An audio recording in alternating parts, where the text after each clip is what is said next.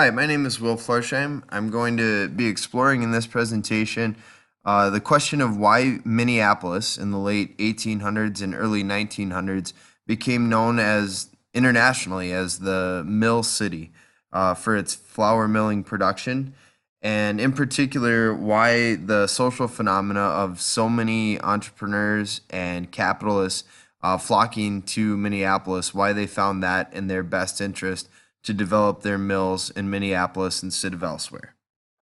All of the pictures and the information that you see presented in this presentation came from a visit my wife and I took to the Mill City Museum, which is kind of on the ruins of what was once the Washburn Mills, famous for, as you can see in the sign, producing gold medal flour in Minneapolis. We did that on May 11th of 2019. Part of the biggest reason why the millers of Minneapolis decided to create their mills where they did really comes down to the idea that there's scarce locations available for large scale industrial production of flour milling. And what Minneapolis had uniquely was the Mississippi River and specifically St. Anthony Falls, which is a series of waterfalls in downtown Minneapolis, well, or in Minneapolis at that time before it was a downtown area, that provided just a tremendous source, reliable source of power at a time when there still wasn't really much for electricity, and steam just wasn't a reliable enough option to produce the kind of power needed for a large mill. So Minneapolis millers chose the city and St. Anthony Falls right along the Mississippi as their place to build their mills. And once they made that choice, they were faced with many benefits and reasons why they made the choice to develop the mills where they did. But there are also some costs and challenges associated with where they decided to build their mill. And those costs included managing new technologies that were available, having enough workers that could work in the mills at that scale of production, and even managing transportation options. There were a lot of uh, sectors of the economy that had developed at that time, that had industrialized, like the railroads, that would pose a benefit but also a challenge to the new flour mills of Minneapolis. Looking a little bit more in depth at some of the benefits that the Millers individually expected and also some of the costs they faced helps us understand the choices they made to proceed with building the mills where they did.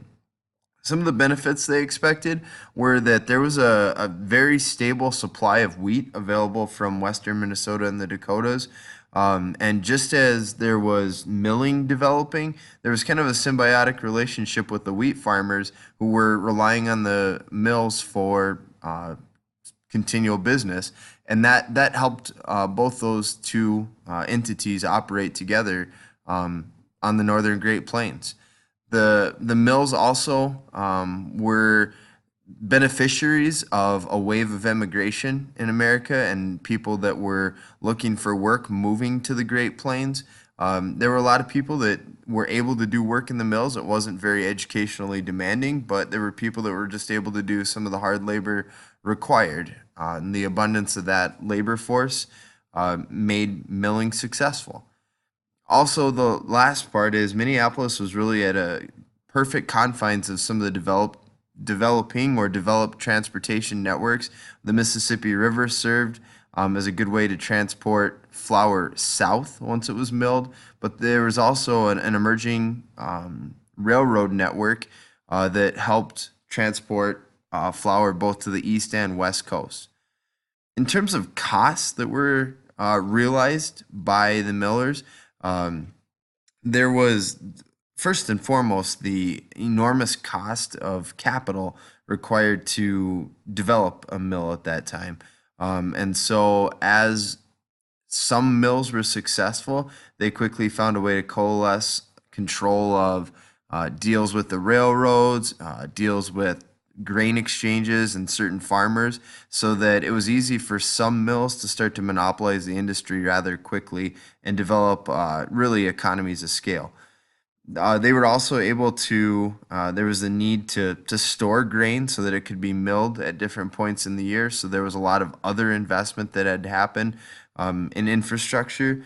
There were more established industries like the railroads that were able to, because they were established, and there were kind of some scheming capitalists already involved in those businesses.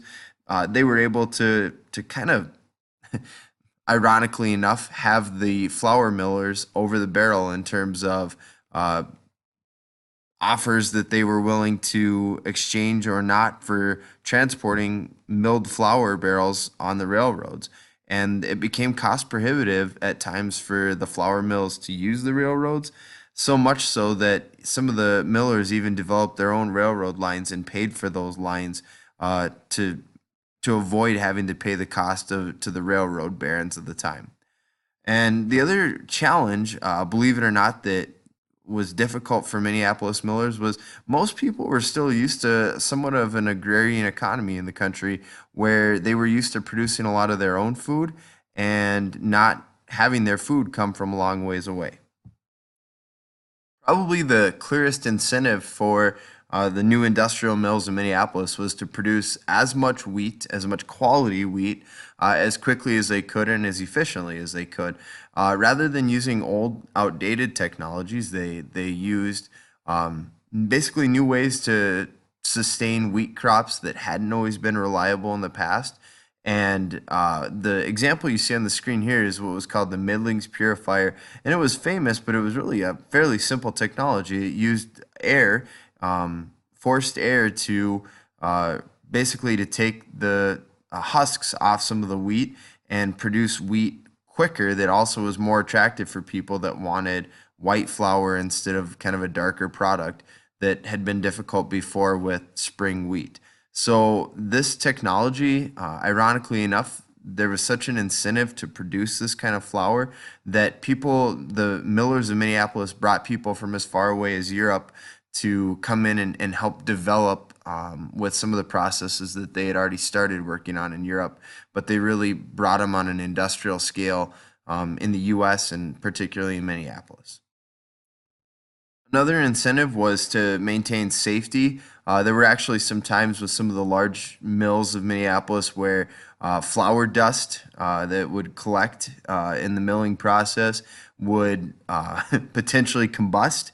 It was a really combustible source, and any little bit of oxygen could make combustion happen. And there was a really disastrous explosion of the Washburn A mill. It's actually to this very day still the largest industrial accident in Minnesota history back in 1878. And so there was the incentive to also develop technology to keep that from happening. And so you see an early dust collector on the left, and then larger, more industrial dust collectors over time.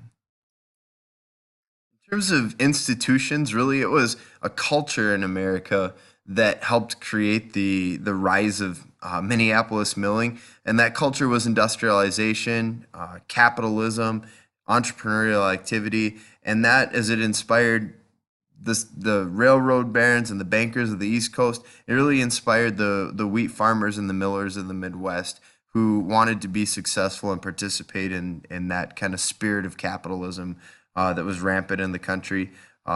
So much so that you can see it, by 1915 or 1916, there were 20 million barrels of flour being produced with the new industrial rolling process that was separating wheat a lot faster and just producing vast amounts of wheat or of flour coming out of Minnesota at that time, much of it being exported to world markets.